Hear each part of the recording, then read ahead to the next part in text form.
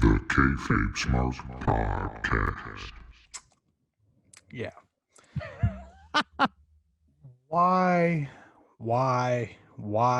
is Chris Jericho fucking around with his goddamn moron Orange Cassidy?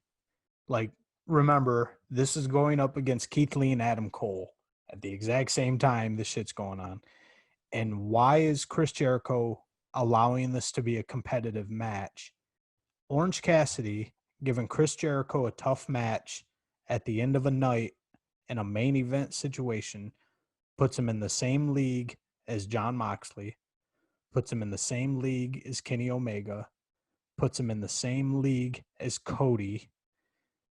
These are main event level guys who can hold a belt. Orange Cassidy's a fucking novelty act, and this was just complete trash. Chris Jericho couldn't even put him away with a baseball bat and a code breaker.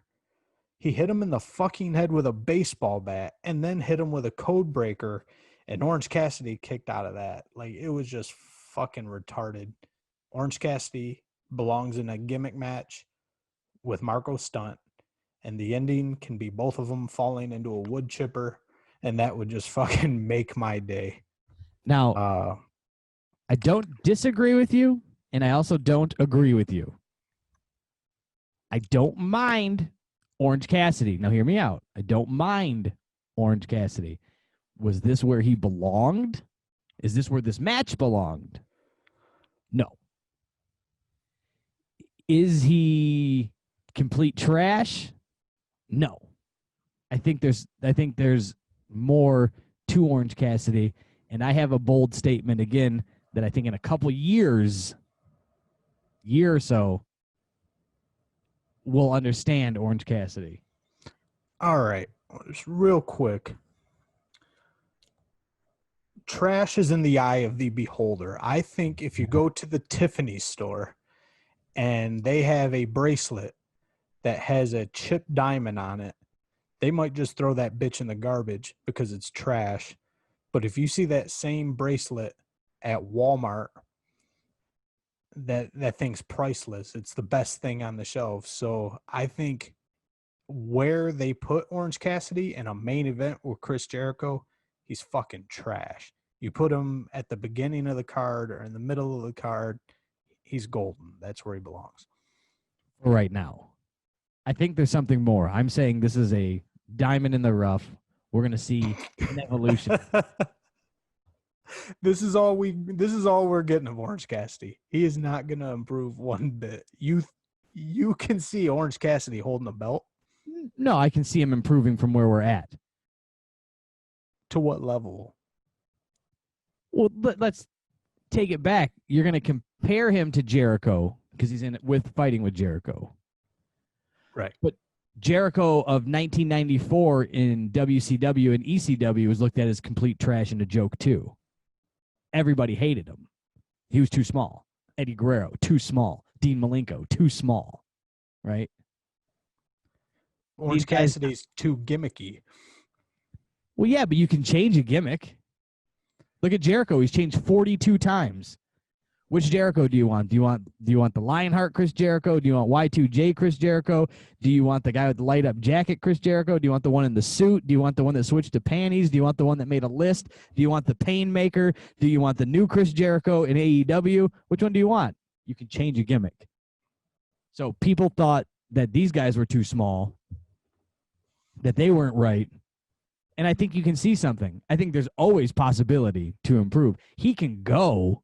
You can't tell me that he can't move. Yeah, he can move, but I can see it to... Shit, where are we here? I can see it as James Kipperly.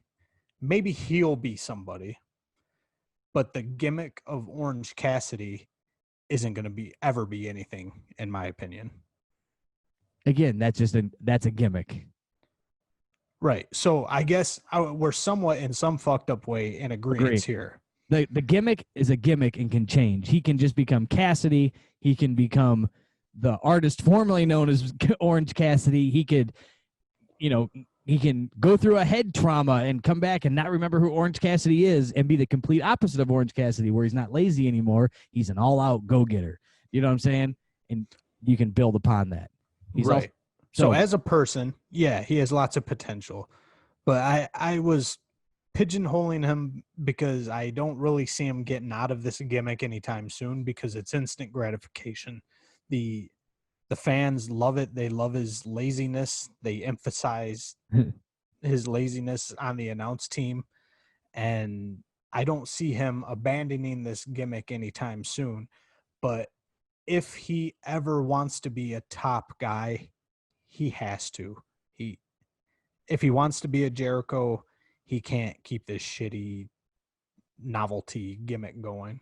No, but I mean, same defense that you can give that, Vince said Stone Cold needed to have a manager because he wasn't a good talker. He's going to go down as one of the best in the game. So, you don't know where somebody's writing you a check to do something too. You can't be mad at him for that either. Right. I think I get this Orange Cassidy, no.